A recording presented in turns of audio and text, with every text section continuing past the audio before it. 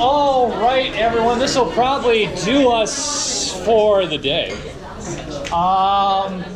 Few announcements. The first of which is that there are no discussions while the lab is going on, while the lab portion of this class is going on. What you should do with that time is use it to your greatest advantage. One of the things you can do with that advantage is to come to either Dr. Casper's or my office hours. At that time, we'll pretty much just be hanging out at the time that you would normally have your discussion section. So you can just come visit us. If you need the help, you can meet with your clinician, which if you have not done to this point, you really need to do. You need to have your second clinical mentor meeting have done already. You need to do that for your team log 4. And more to the point, you need to meet with your peer mentors. Many of you have not met with your peer mentors. The reason I know this is they tell us. You should endeavor to use them to the best ability that you can. They will offer to review slides. They'll offer to look over your reports. They'll guide you on a lot of what's about to come down the pipe. And more to the point, we're going to maybe even have one review session with the peer mentors to go over the statistics, because statistics itself can be one tricky beast. But that's actually what we're going to be dealing with today. Are there any questions to this point? I have never in my entire life used one of these overhead projector things, so thank you for indulging me. We'll see how this goes. So, first thing we're doing today, what's this? Lecture 11, Statistics 1. Is all that mostly legible? That's about as good as my handwriting's ever going to look. I'll try to be loud enough to be understood. Okay, so there's a thing that our electrophoresis gels, or the fuzziness of our electrophoresis gels, the epidemiology of disease, and the blur on that those DNA pictures that we had seen, all of that is related, and they're all related to this thing, sort of a dark art of the sciences called statistics. One of the ways we can kind of think about statistics, the way I would prefer that you think about statistics, is the science of distributions.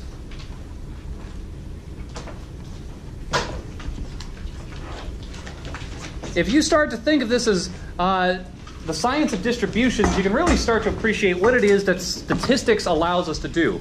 And the statistics, the only thing it allows us to do is to tell things apart.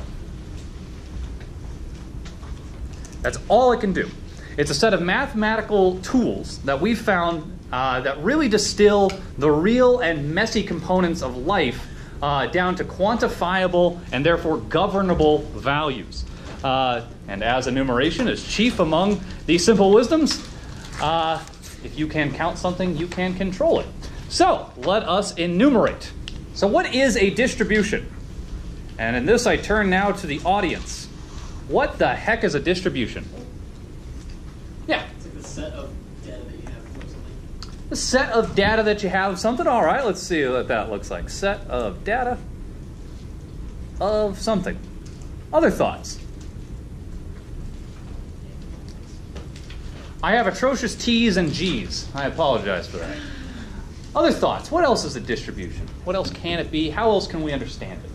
Like how something is divided between like people or locations or things, like these things are over here and these things are over here, and then there's this many in this one.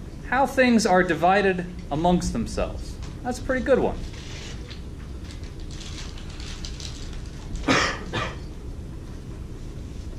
What I've got here, it's sort of the spreaded outness of a of something or a group of somethings.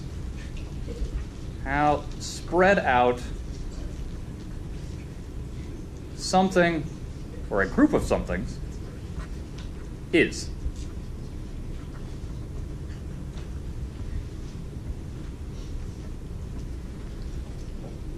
It's how parts share amongst themselves, amongst each other, and amongst the whole.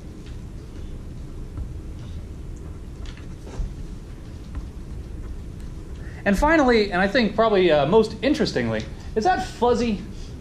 Yeah, let's see what we can do here. That might just be what we've got. Perhaps it's, let's see. That's about as good as we can do.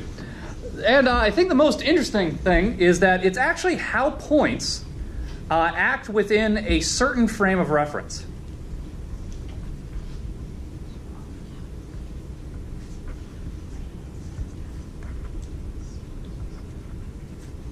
And the cool thing about that is this is true both mathematically and physically. If it has not, to this point, boggled your mind that a thing we as human beings made up, namely mathematics, we just made this up, corresponds to how things actually physically, how points in systems physically accumulate, let this be the moment it blows your mind. I think it's very cool. So, that's kind of what a distribution is. Now, statistics, let's see, I'm just going to keep changing colors, why the heck not? Statistics can therefore be thought of as a means by which to measure,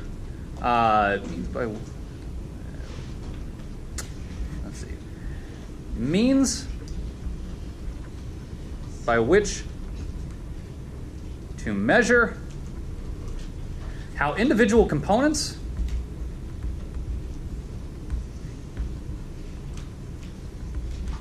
are situated within a group.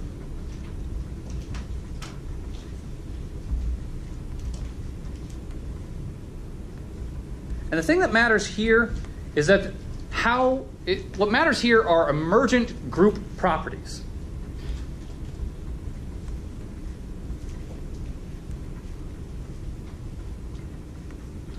And the reason we care about emergent group properties is it tells us how the individual parts relate to one another and how they relate to the whole itself. That is, how the small parts influence the big thing and how the big thing actually influences all the small things. And this can all be characterized mathematically. Okay, so with that, let's see, I'll find a good way, and that'll probably do us. With that, what are some distributions?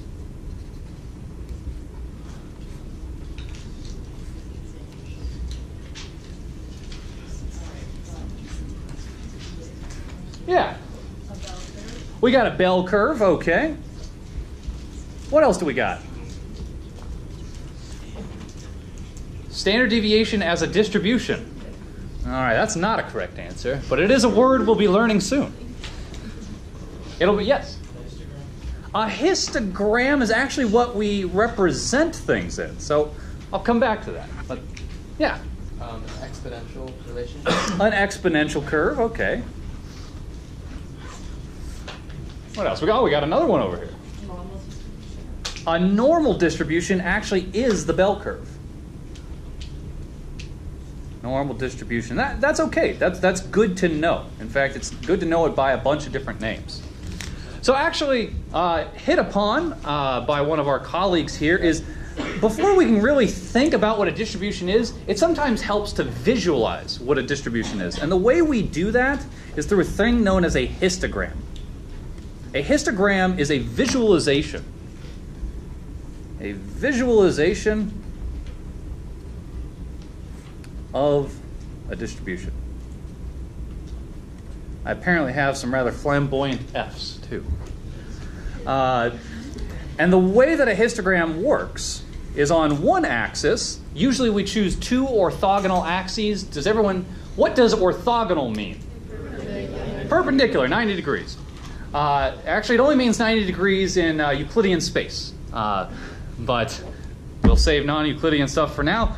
So yeah, they have to be orthogonal to one another. They don't have to be, but it helps. So on the one axis, we'll have something that we can count.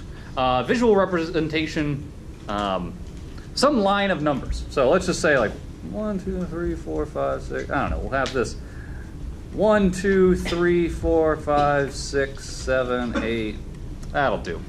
And of some things that we care about. So maybe this is age of, I don't know. Years in college. Here, how about that? Years in college.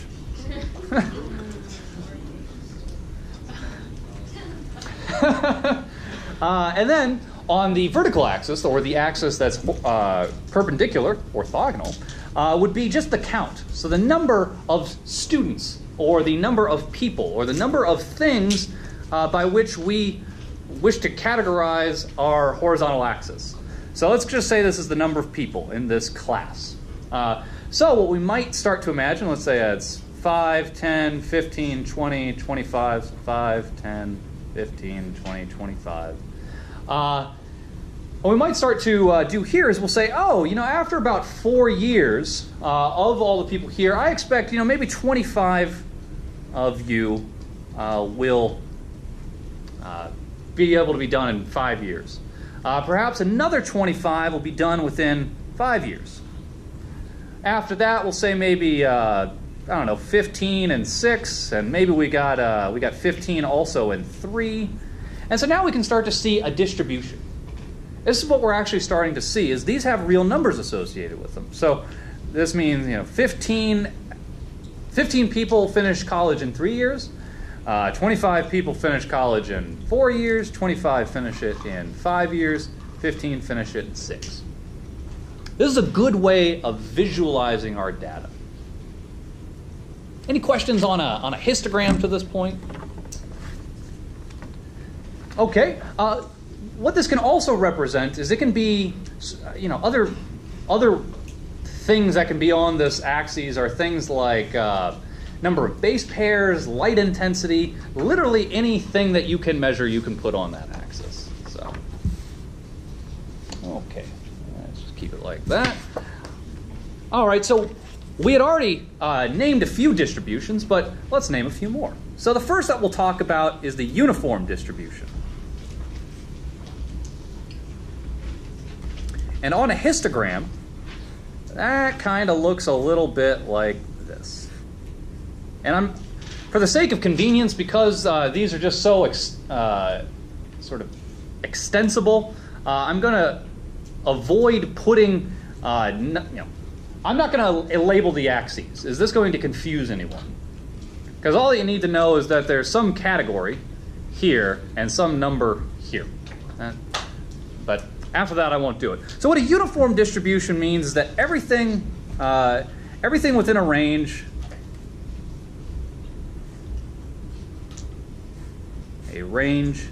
has an equal chance, has an equal likelihood of happening.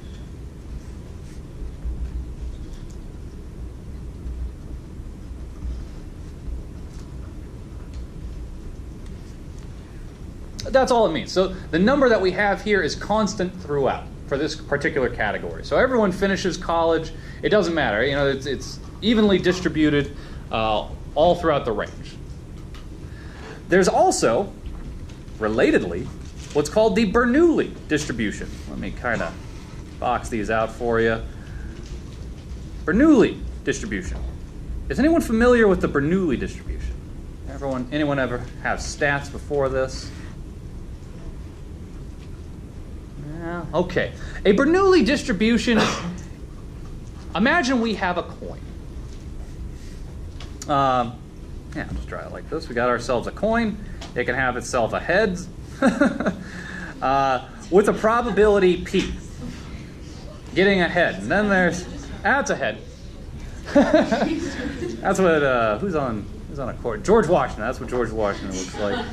And then we've got tails, which, I don't know, looks like an eagle, which kind of looks like that, which is a probability Q equal to 1 minus P. This is a tails. This is heads. So what the Bernoulli distribution says is that if you flip a coin, you're going to be in one of two places. You're going to have a probability of either hitting it here or here. These are where every single value is going to go. You're either going to be, say, at 0 or at 1. So let's call heads equal to 1 and tails equal to 0. Then, just depending on the proportion of P and Q, is whether it will change the heights of these things. So let's go ahead and I'll make this one dot, dot, dot, dot, dot, dot. That'll be equal to P. Dot, dot, dot, dot, dot. That'll be equal to Q. And their difference, so way up here, will be 1, so that we know that all that holds. That's all a Bernoulli distribution is. It's important for things like flipping tails, or whether or not just some randomly varying thing can either be a 0 or a 1. This really matters for things like computer science, where what you're dealing with is zeros and ones, and their averages and distributions.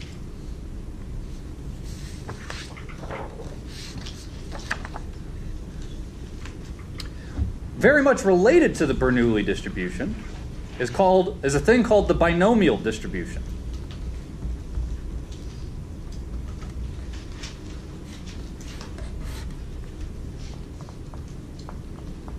And this can actually be thought of, if this helps you, as the sum of outcomes of things, and I'll just use things generally here, of things that follow a Bernoulli distribution.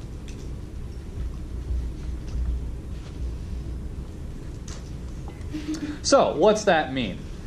So let's say we flip a coin 10 times. What is the number of times that we will get? So we'll even count that out. 1, 2, 3, 4, 5, 6, 7, 8, 9, 10.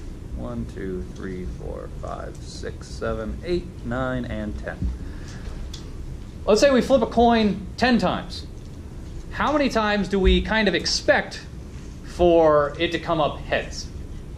Oh yeah, about 5 times. That's right. We expect it to be about 5 times. We would probably consider it pretty darn rare for it to come up heads 10 times. That would be a smaller thing. Same thing with 1. We'd expect it to come up more than 1 time. We'd probably... 0 even. Yeah, even 0. Yeah, that'd be even rarer. Which is the equivalent of 10 inverse. Yeah. So what we can kind of just intuitively see in our head might be some distribution that looks something like that. It might start to look a little something like that. This is a binomial distribution.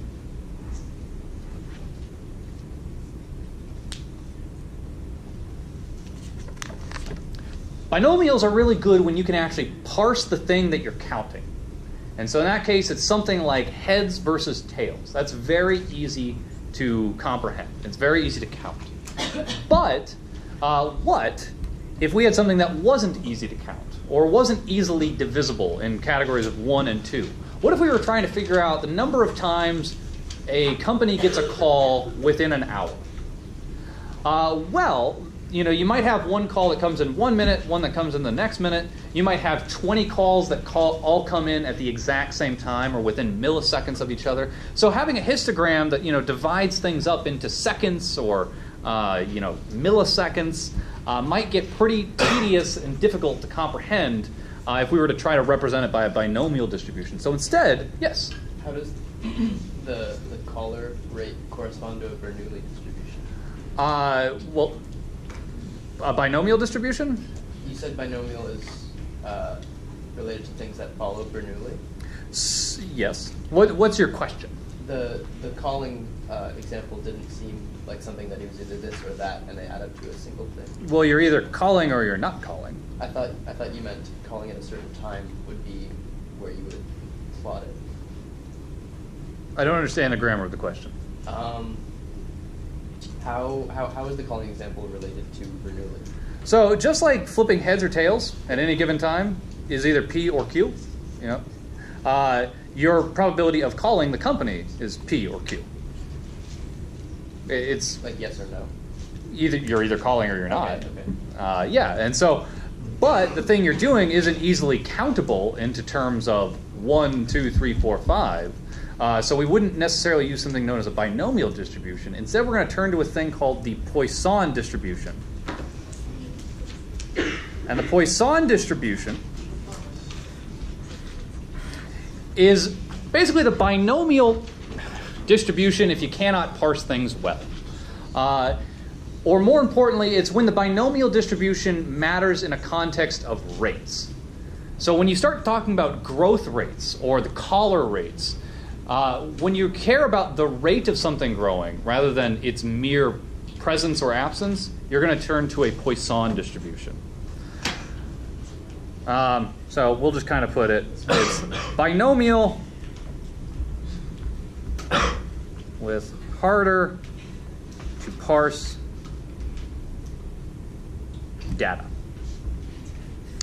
But it turns out, if you were to actually just run the binomial, so if you were to increase the number, let's see, increase the number of trials to, tending towards very, very large, very large. You could even say, if you want to say infinity, go for it. Doesn't matter too much here. The binomial, when this happens, the binomial distribution will equal the Poisson distribution. These two will become equivalent. They'll be the exact same thing. And so from that, we can say that the Poisson distribution looks a little bit like this. And imagine these two actually look the same.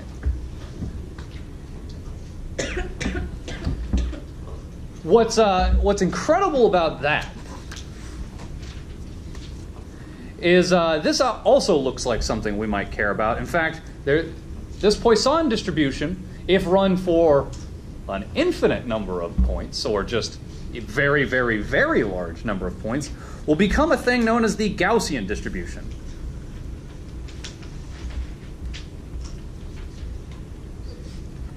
And if I'm belaboring the point of distributions, I hope it is in service of your general education. This is also known as a normal distribution, as we had heard previously. You can use either one of those. It is also sometimes called a bell curve. This has kind of gone by the wayside over the past few years, so I'll go ahead and just cross that one out.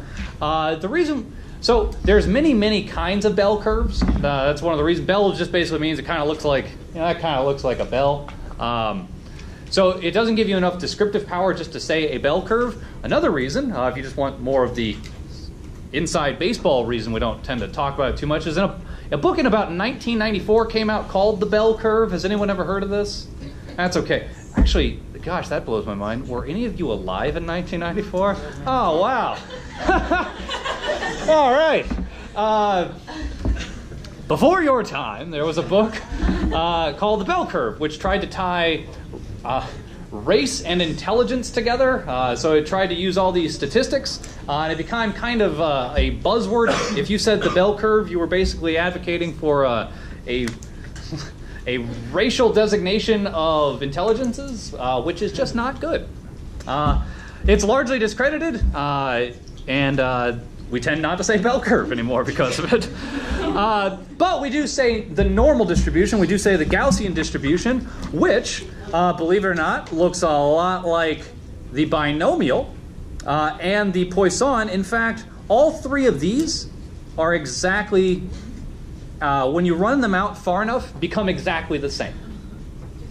So given an n that's very, very, very large, of some arbitrary value, these all start to look like each other.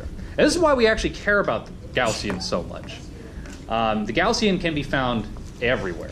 And when I mean everywhere, I mean it's everywhere. And one of the reasons we care about the Gaussian is a thing known as the central limit theorem. Is there anyone here who's heard of the central limit theorem and has a good sort of pithy way of putting it?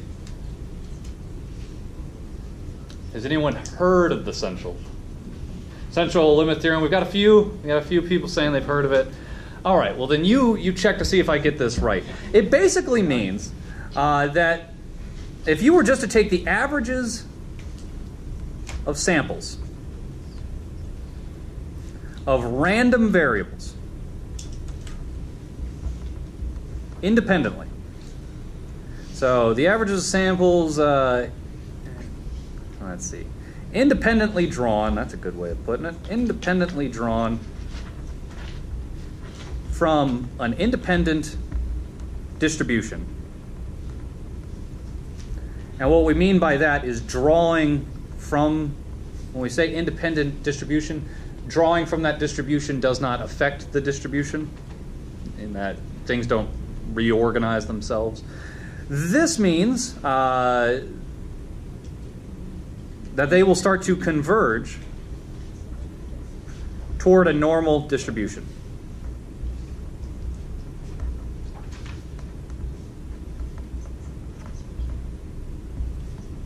Now let's step back from that. What that actually means is that points in space, points mathematically defined, literally things in the universe, anything that you would care to think about, people in a classroom, molecules in air, the photons that are hitting the screen, are all themselves subject to this tendency in large numbers to approximate and eventually to converge towards the normal distribution. That's incredibly powerful. What that means is if you can understand this Gaussian distribution, this normal distribution, you literally understand a very large segment of the entire universe. So, not to put too fine a point on it, it's something you should know. So we're going to return to the Gaussian distribution, but there's one final distribution that I want you to be familiar with, and this is known as the student's T distribution. Whoops. Yeah, still need... you don't need that anymore. Student's T distribution. Anyone ever hear of the student's T distribution? We got one over here, one. We got a couple. Okay. What is it? Hamza, you said you raised that hand. You got no good explanation. Not well enough. Okay, that's fair. Huh?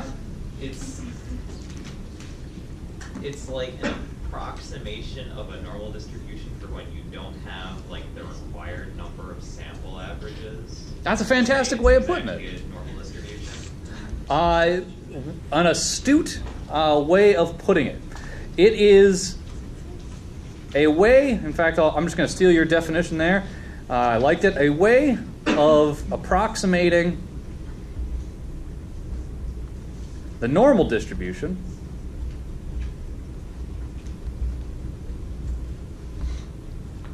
when lacking key information.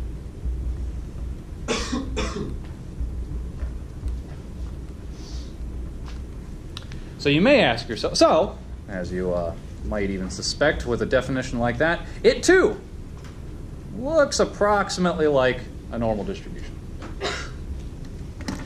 However, a few features to note, well, there's just one really, is that these tails, we're going to call the sort of flanges of the bell, the smaller portions of the curve, these are called tails. And these tails in a normal in a student's distribution are greater, are fatter than a normal distribution.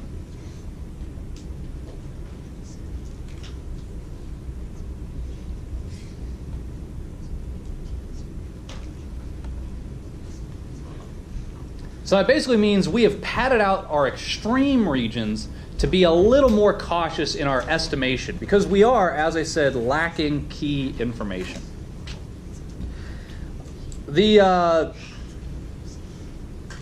key information, generally you're given two rules for when to use a student's t-test. That is when your sample, we're just going to call it n for right now, is less than 30. If you just have less than 30 samples in your distribution, we approximate it with a student's t-test.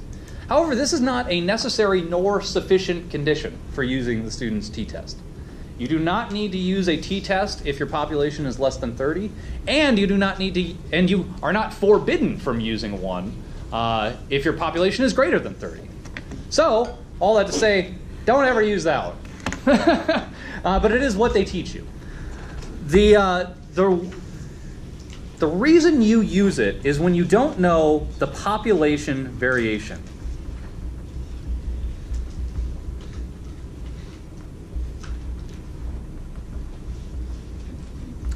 And this is its necessary and sufficient condition. This is the assumption that needs to be satisfied. If you don't know the population variation, then you got to use the student's t-test. Yeah, that's probably a good enough thing to know. So the reason we would use it for less than 30 is if you only have 30 samples, you probably don't know what your population looks like. You know, if I were to take 30 of the students in this classroom, I might not get a good approximation of what the university itself is like, but I might. But if I don't know, I got to use the t-test, or the t-distribution, for which we will do a t-test. Okay, any questions to this point? These are, in my estimation, the most important distributions you're going to need to know going forward. So if there's any confusion about these, speak now. You can speak later too, but just now's a good time. Okay, well then, get myself another sheet of paper.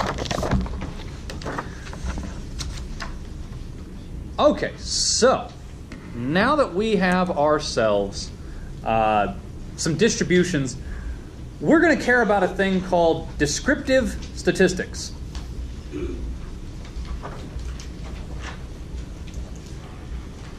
As I had said, statistics are here to describe distributions to us. And amongst the many, many, many statistics that you can use, these descriptive statistics are our most honest. So I'll even put that there, our most honest statistics. I'm sure you've heard the old chestnut that there's lies, damn lies, and statistics. That is true. Statistics are a very good way of fudging data. For instance, here's a good one. Tell me if this is true or not, and tell me why it doesn't sit one way or another. Yeah, we'll take a little brief moment here. There are more trees in America right now than there were in the beginning of the 20th century. So despite everything you may have heard about timber and logging and destroying the forest, there are more trees now in America than there were in the 20th century. Who thinks that is true? All right, we've got one, we got a few. Who thinks that is false? All right, who would like to vote for true? Again. All right, you're all going to vote. Who thinks it's false? Who thinks it's actually somewhere in between and that's not probably the right way to think about it? Okay, there you go. It is true. It is true in that is a factual statement. The thing that the fact that I'm hiding from you is at the beginning of the 20th century, we did not have Alaska in America. Alaska is literally 50%, or 1/3 of America's total landmass currently. That means it's 50% of the total United States. It is mostly covered in trees.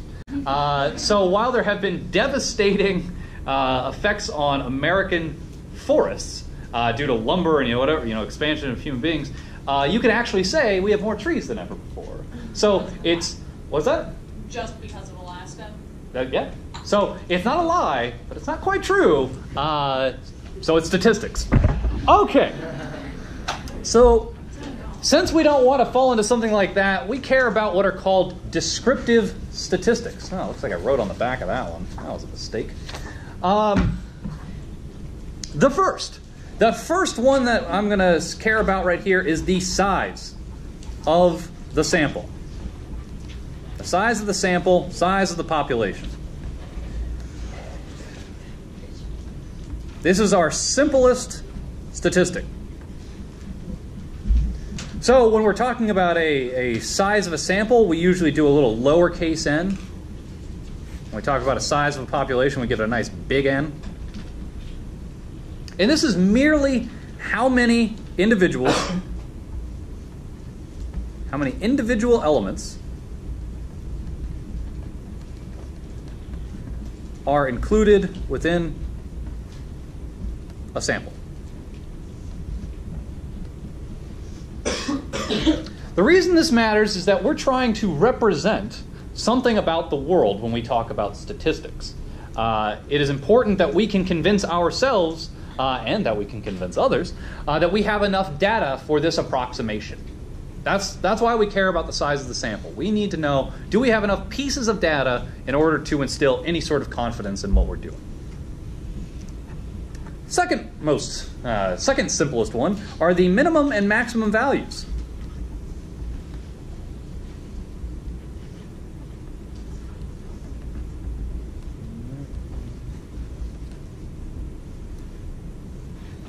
This is pretty easy. You just merely look for the largest and smallest values. Values of the elements within the sample. And actually, if you take the largest and subtract the smallest, you get what's called the range. Let's try to make this a little nicer for you. We get the range, which is another important descriptive statistics. So now you know the range of data within your sample, and you know the size of the data within your sample, and you know what's the biggest and the smallest. At this point, you're now really starting to bound in the reality you're trying to approximate. Then we've got things known as measures of central tendency.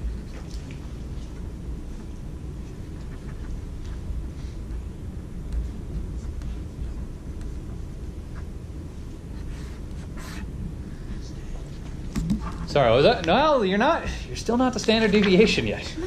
You're getting there, though.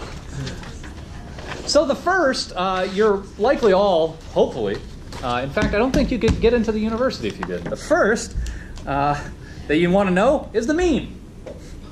I'm sure you're all pretty familiar with the mean, and what you actually mean when you say that. I'm not that funny. Is you mean the arithmetic mean.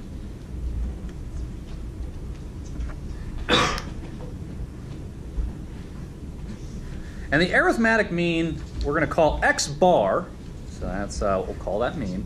X bar is equal to the 1 over n, and then times the sum of I goes from 1 to n of x of I, yada yada. What that says in less sort of scrunched notation is you basically do x1 plus x2 plus x3 plus yada yada yada plus x of n. We take that whole sum and we divide it by n. N here is still the size of our sample. And if we were doing this for a population, it'd be a big N. You know, same math. So this is our arithmetic mean. Actually, what the heck? I'll teach you this. We have many kinds of means. So you might, for 90% of the cases you deal with the arithmetic mean. But there's also two other kinds you should be familiar with. The first is the geometric mean.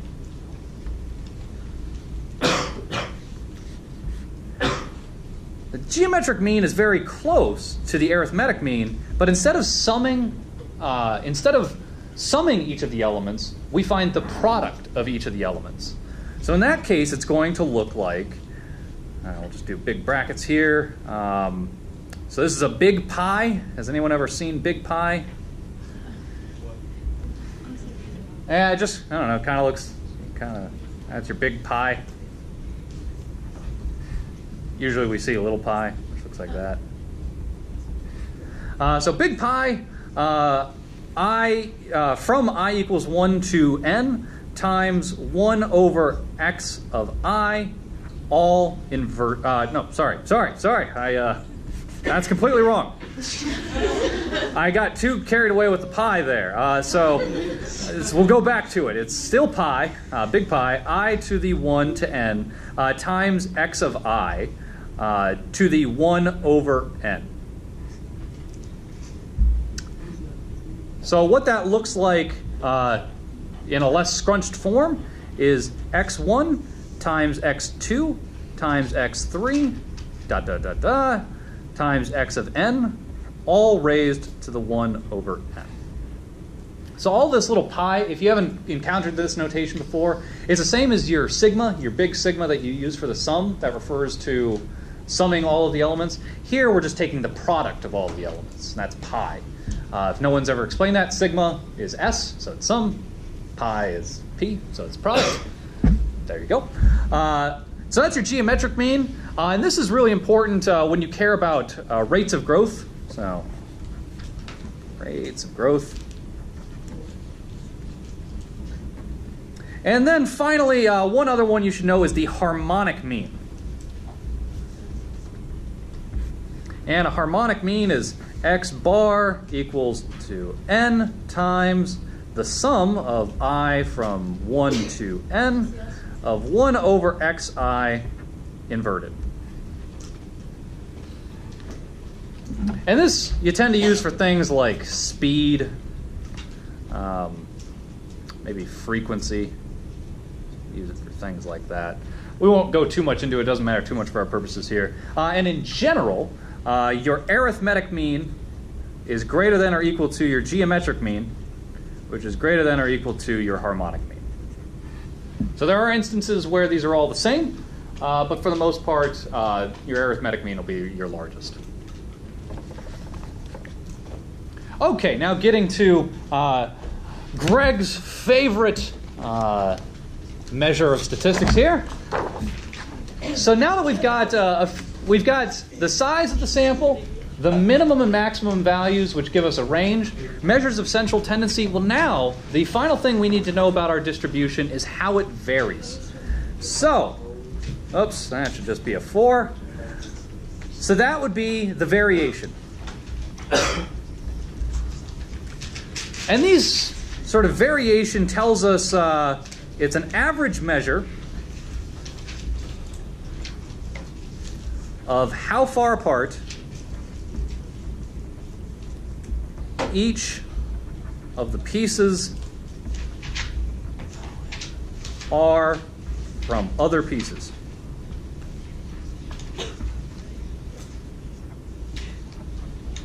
That's all the variation is telling us. There's 3 important types of variation. 2 are the same thing seen in different ways. So the first, and probably the most, the one everyone starts with, is variance.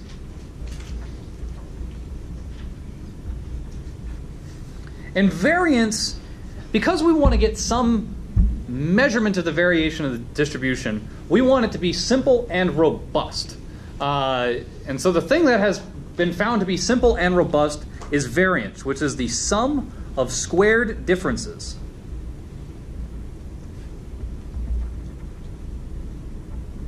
Between an element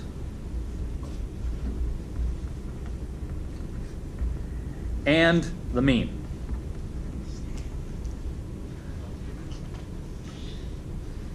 So that's what it looks like sort of written in words.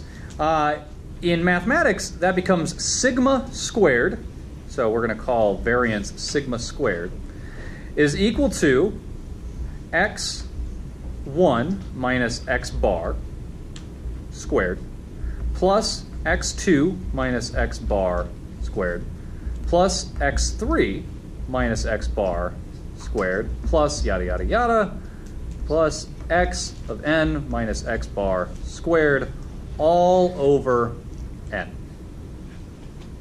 This is our variance. I'll move that up there for you.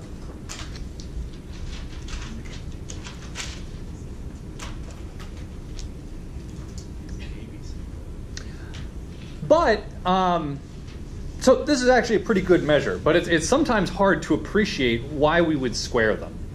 So let's actually try with a couple of populations. Let's say we've got one thing that is equal to, we've got one set of elements equal to 4, 4, minus 4, and minus 4. And then let's do another, we'll call that element set 1. We'll get element set 2 over here, and we'll do 7, 1, negative 6, and negative 2. Okay, first, what is the size of this population? 4. Okay. What's the range? 8. What is the mean?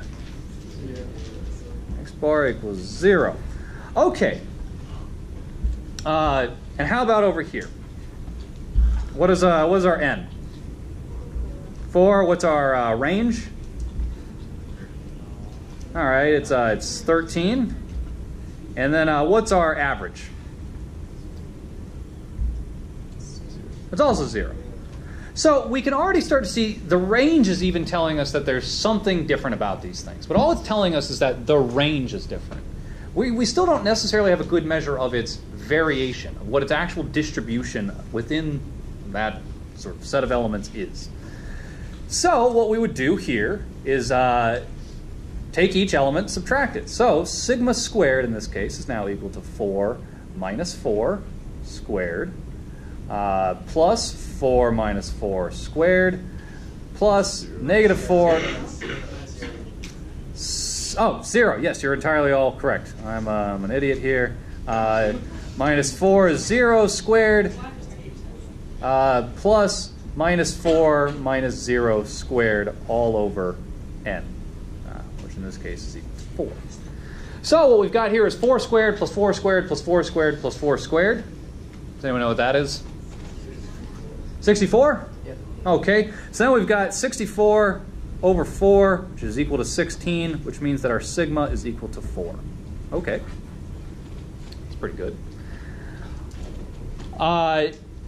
Now we can do the exact same thing over here. Sigma squared is equal to 7 minus 0 squared plus 1 minus 0 squared plus negative 6 minus 0 squared plus negative 2 minus 0 squared all over n equal to 4.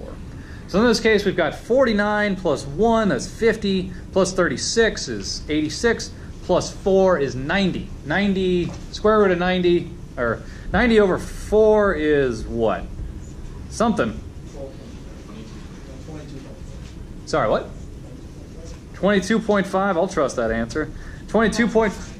Then we square root that, which, as we can see just from this, is a different variation. That's pretty good. This is why we use it, because it actually does give us something different. I'm going to leave it as an exercise to the reader, just looking at the time we got here. Try using absolute values instead of this squared, and see what you get and why that might not work. Yes? When we get our value for sigma, will it be a plus or minus that number? So it'll be plus or minus that number. Well, it depends. So let me back up. It depends what you're trying to say. If what you're trying to report is a mean and a standard deviation, then you report plus or minus. If I just ask what the standard deviation is, it's just a number. So, but we've actually gotten slightly ahead of ourselves here because we, without even thinking about it, we took the square root of this variance. Well, that actually gives us a thing known as the standard deviation. Standard deviation. And that is the square root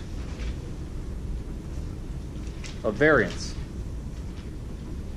And it is the single most, here I'll even write that down for you, single most used and abused measure that we have.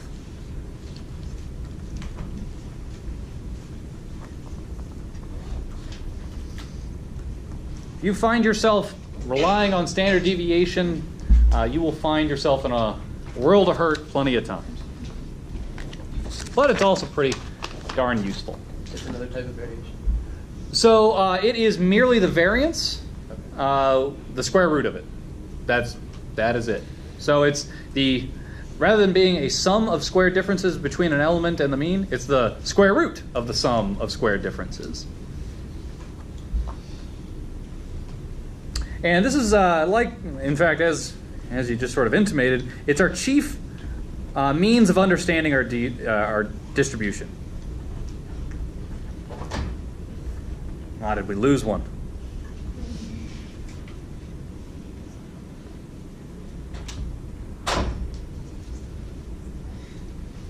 And the reason we really like standard deviations is the math fits very nicely with our normal distribution.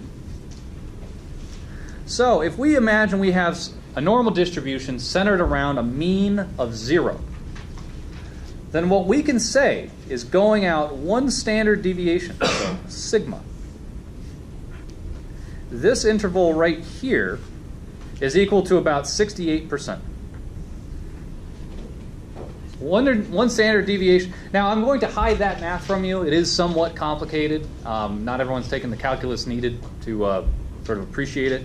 if you just take my word on this one, I'd appreciate it.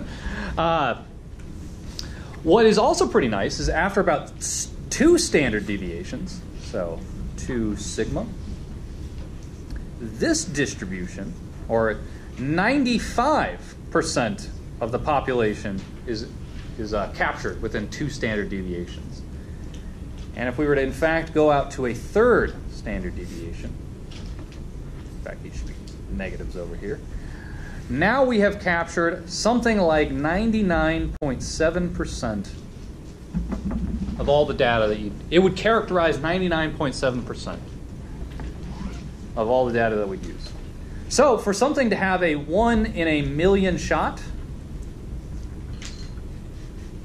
of happening, you need to go out about 4.89 standard deviations. So when you think of something as having a 1 in a million shot, it's about a 4.9 standard deviation out. It's about that far out. And in fact, has anyone ever heard of 6 sigma? What is 6 sigma? It's a type of like engineering processing that just uses like the quality of the work has to be like at least 6 sigma away from. For like that's like how specific it is, I guess. So like the probability that they're wrong is like 1, whatever. Would that be? Like, Yeah, that's a great way of putting it. Thank you very much. 6 sigma is a set of business or engineering or manufacturing techniques that allow you to get your products to within a level of quality that they only fail once in every 6 sigma.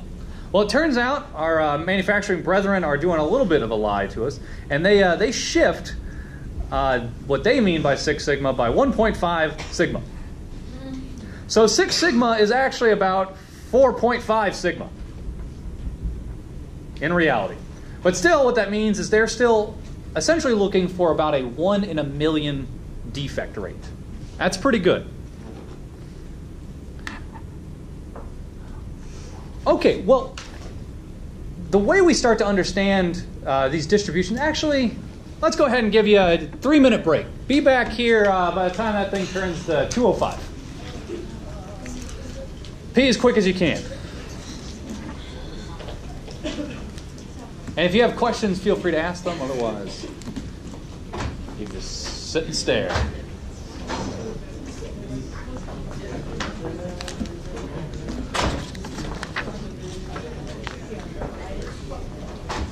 Okay. Yeah, we can get through this. We're going to get through it just fine.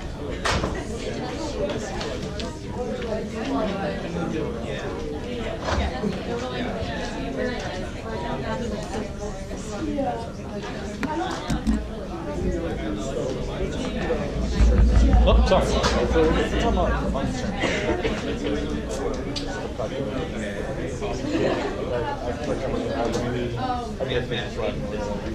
Variance, but it was different. It was more. It was like it wasn't partial. But it was like so like basically doing this function you're trying to find over like whatever. Because so let's say you're trying to find like f has components x, y, and z. So okay. The uncertainty of each, so the square of each added up. And like, so is that the same? Because I give you guys up the differences. Mm-hmm. That's variance and uncertainty is the same thing. So uncertainty tends to have a very specific meaning. I think what you might be thinking about here is like confidence in it. We'll put the word uncertainty to one side for right now. Then what you're talking about is I want to have confidence that 95% of the time falls within a certain range. So that's what this is saying. That I have 95% confidence that within 2 standard deviations, plus or minus, that the real value lies. So that's not my uncertainty, however, is not 5%. But your confidence is 95%. Because you actually have a thing that hasn't been talked about here yet, known as your alpha value. And your alpha value is your significance level. And this will actually determine whether or not something is significant, and therefore which you have certainty. It's kind of like chi-squared. They are related, yes. Yeah, these are all very tied together. Yes. that's just sort of went over like, this is true. And then we never went over why. And you mentioned like, we just like, So there's a what? There's actually gosh, what is it?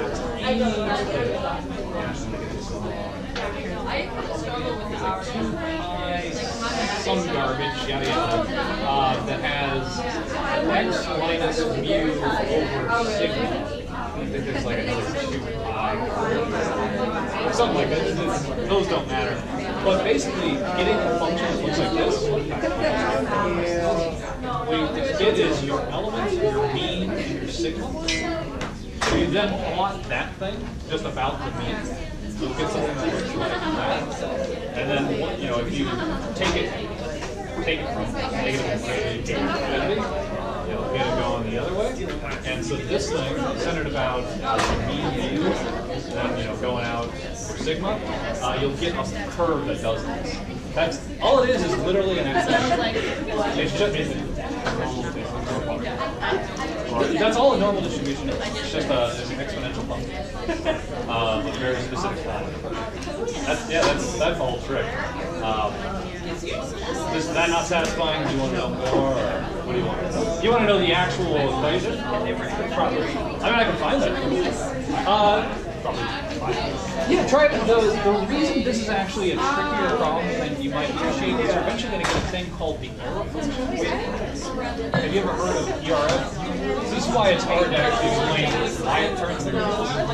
You're going to use a thing called the error function, which is a complex, hyperbolic piece of crap that makes solving this easier and makes this curve pop out. But without knowing this, trying to like delve into its derivation.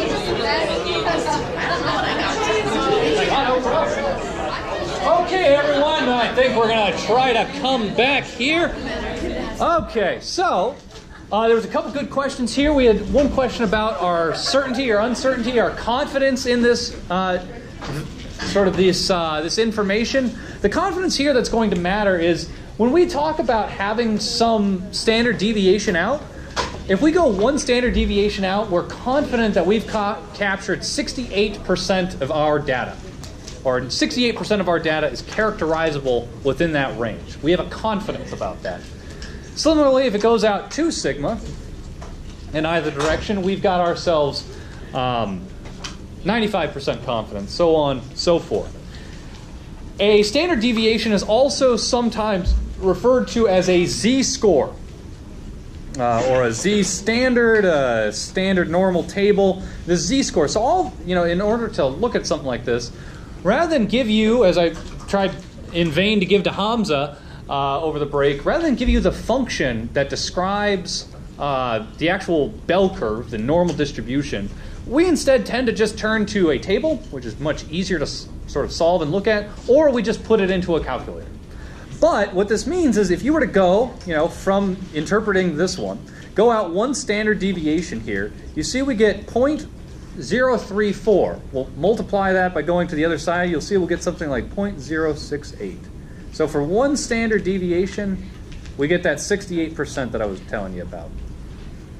Now if we go out, that's 2 standard deviations, we get 0.47 times 2, which I'm going to assume is very close to 95%. And it turns out the system works. So if you had something that was 1.68, you can come out here, and that looks like it'll even tell you maybe 90%, something like that. Actually, I suppose that's right about here, isn't it? Yeah, close enough. So yeah, that's a standard table. You're going to have to use one of these tables in your homework, so that's not the last you've seen of them. Sorry. Okay. To get a few things out of the way, we need to also be aware of the differences of how we speak when we talk about a population versus a sample. So for a population, we refer to a mean as mu. It's a lowercase Greek letter. We refer to standard deviation, I'll just write it that way, that is sigma. And then our population is big N. When we go into a sample, now our mean, you know, you can represent it a bunch of ways. Here, just for this class, we're going to represent it as an x bar. You can do it as an m. You know, you can really do whatever you want, but we'll call it an x bar. Our standard deviation is going to be equal to s.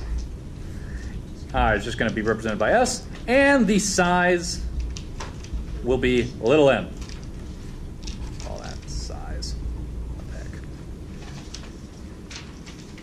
But having access to even the small arsenal of tools in your pouch now means that you can now start to apply what are called statistical tests. And these are ways to analyze distributions. So the first and most important, in fact, I have no qualms saying this is the single most important thing to get out of this lecture, is the t-test. Also known as the student's t-test. I'm sure someone has been bored hearing the history of why it is called student's t-test. Does anyone know where that name comes from? Student? Who is student? Ah, I get to be the one. Okay. Student was a fella who worked for Guinness about 100 years ago. And in order to come up with better ways of brewing barley up for beer, I don't know how beer actually gets made. In order to make better beer, he came up with new statistical tests. The beer company, not wanting to give anyone an advantage, said, we cannot say this is how you get better beer, but we do think we should share some of this statistical information. So what they ended up doing is publishing this fella, William, we'll just name him, William Seeley Gossett is in fact student, and he published under this pen name, Student, and so it sort of stuck with him after that, and stuck with us ever since. Truly thrilling stuff, I know. Okay, the crux of the test, a two-sample t-test comparing one population to another, is basically I've got myself two populations. One has a distribution that I suspect is like that. The other has a population that looks like that. So we've got ourselves an x bar of, we'll call that one 2, is equal to something, and it's got a standard deviation, call that S2, and we've got ourselves an x bar of 1 and a standard deviation 1. And what we want to be able to do is test a hypothesis. So our null hypothesis, a null, so that's N-U-L-L, null hypothesis, and that's represented as H0 or H0, is equal to x bar. We'll say that our initial hypothesis is we're going to claim these two are equal to one another. That's just a hypothesis. We're going to say they're the same thing. And our alternative hypothesis will say that they are different. This is the grand claim we're trying to decide. This is all we're trying to do. Because remember what I had said earlier, statistics, the only thing it can do for you is tell things apart. That's the whole point of statistics, is we've got distributions of things and we want to be able to resolve their differences. So we get a thing called a test statistic. And you're going to have many, many kinds of test statistics. You're going to spell statistic right. You know, it is pretty hard to talk and write at the same time. I don't know if you've ever tried it. But, I got it so hard up here. All right, so your test statistic in this case is just going to be T. But in other tests, you'll have other test statistics. They might be F, it might be S, it might be W. In this case, it's T. And T is defined here as x bar 1 minus x bar 2 over the square root of S1 squared over N1 plus S2 squared over N2.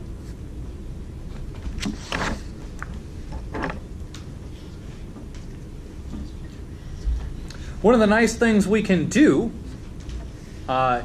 if we suspect that the two standard deviations are equivalent,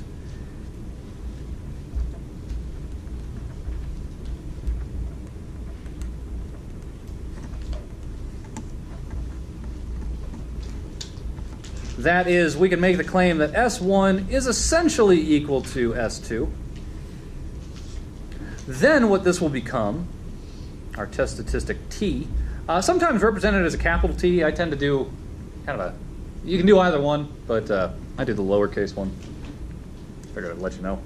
Then this will become x bar 1 minus x bar 2 over SP times the square root of 1 over n of 1 plus 1 over n of 2.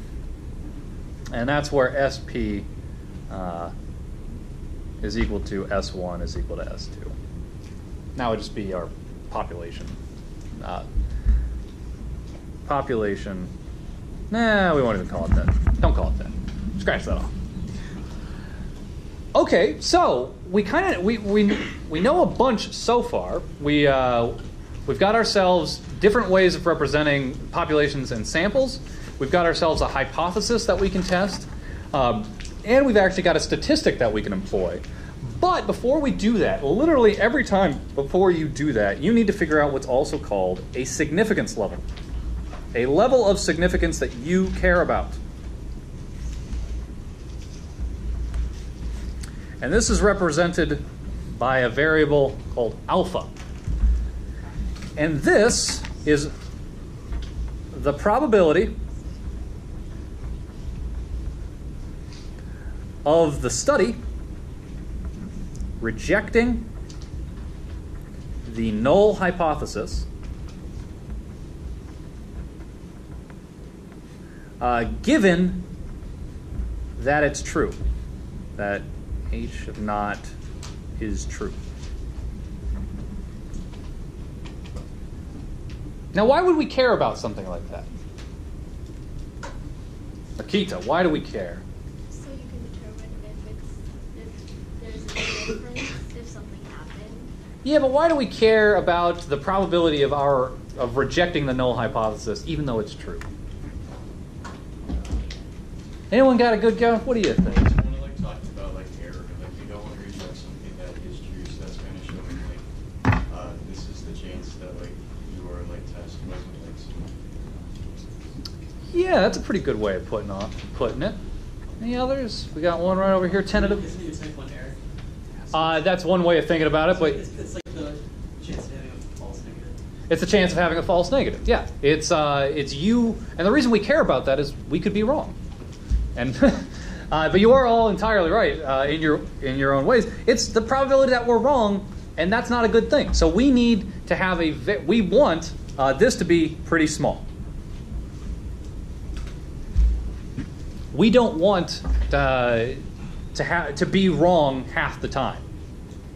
That would be terrible. Related to the significance level is a thing called the p-value.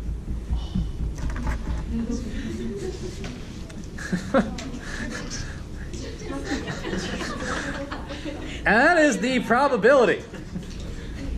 And that's just represented by p, but that is the probability. Oh, goodness.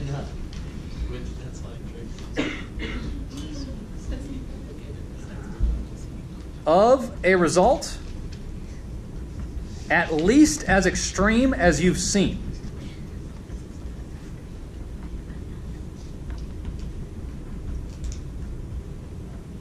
Given that H naught is true.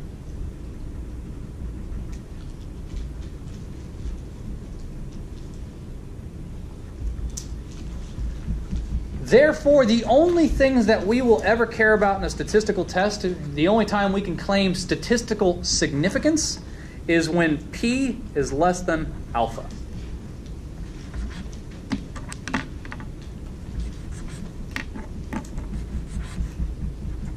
This is what we refer to as statistical significance. And that's all it means.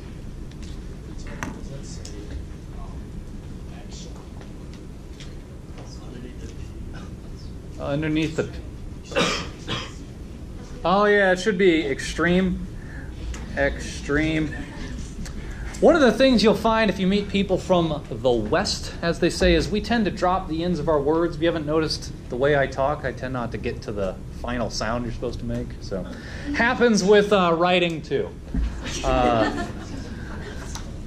Fun stuff. Okay. We're actually going to skip one thing in this for the sake of time. We'll touch back on it here in a bit. But one of the things I want to do right now is a quick little test. So every single person in this entire room is about to do the following. I will have you count your heartbeats. Does everyone know how to find their pulse? All right, so you're going to want to look mostly for a thing called your carotid. That's going to be somewhere around here. You're probably going to want to look for your interior carotid if you can. It should be pumping a little harder. You can also do it at your wrist. But we're going to just kind of measure each of the values that we get in 5 seconds. All right, so in fact, I can't look at it anywhere. All right, you're all at the ready. Okay, so let's just go, give it a shot now. Start counting. 1, 2, 3, go.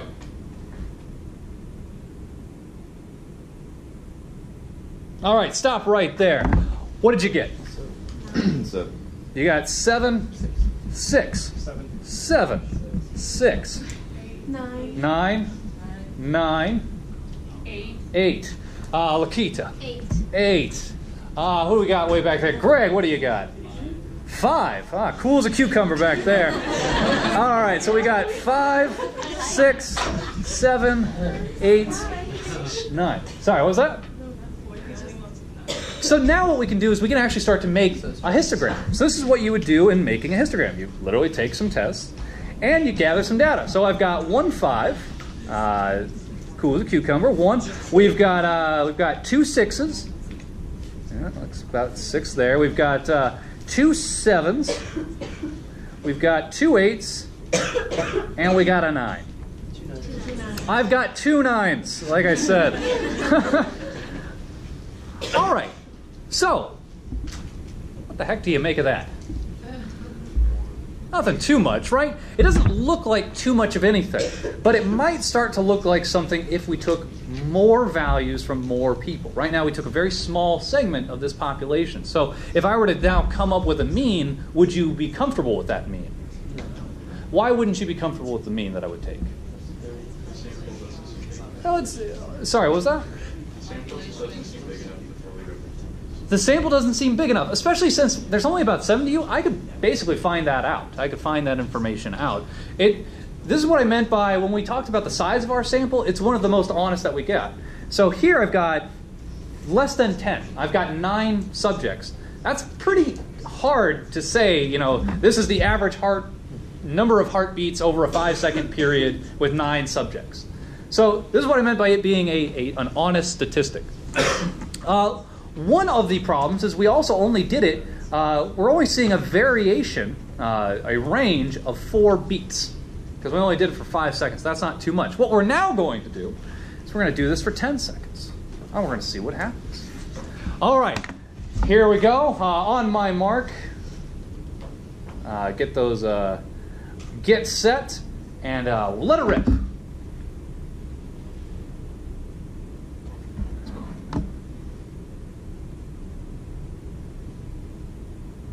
All right, that right there will do. Folks in my back row, Alan, what have you got? 13, 9, 12, 12, 11, 12, 9. Another cool cucumber. What is that? 10, 11, 13, 12. Okay. So now we can do the exact same thing. That I'll leave. Actually, yeah, here's a good thing to do. Front row people, what'd you get? We got 16, 13, 10, 13, 12, 9. Okay, so now what we can do is actually a test of these two distributions. So let's go ahead and figure out the mean of each of these two things. Someone with a calculator try to beat me to this. You scooch it up. Scooch it up. I can definitely do some scooching. There it is. So we've got sample 2, well, this will be our front row, and sample, well, let's not call them that. We'll just say row 2, row 1.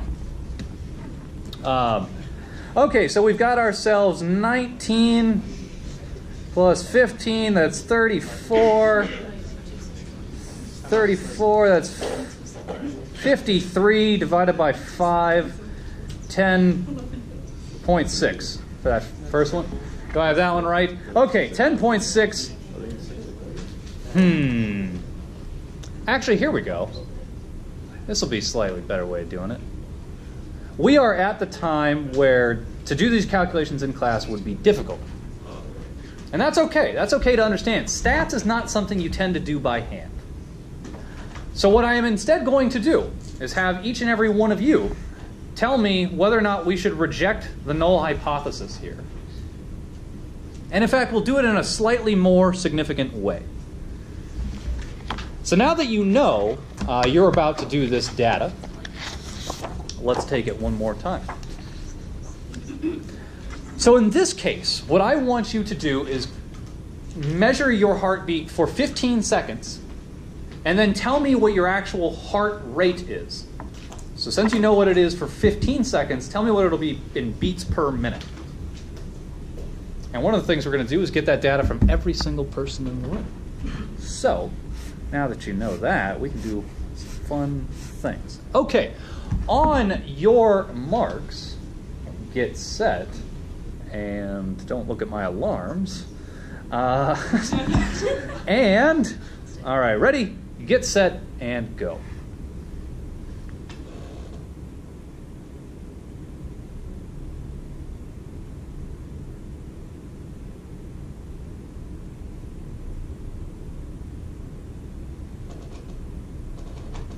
Okay, spend the time you need to turn that into a heart rate.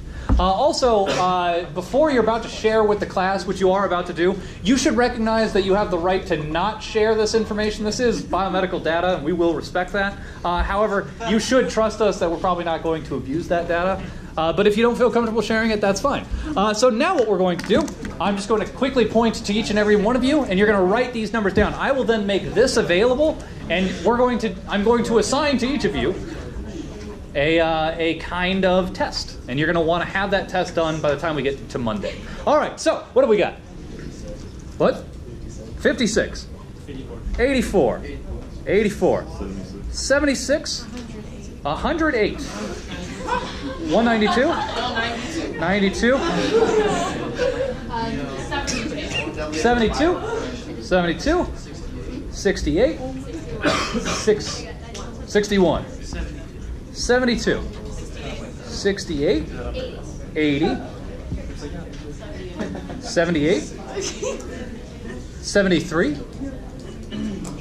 80, 64, 84, 64, 88, 68, 60, 90, 84.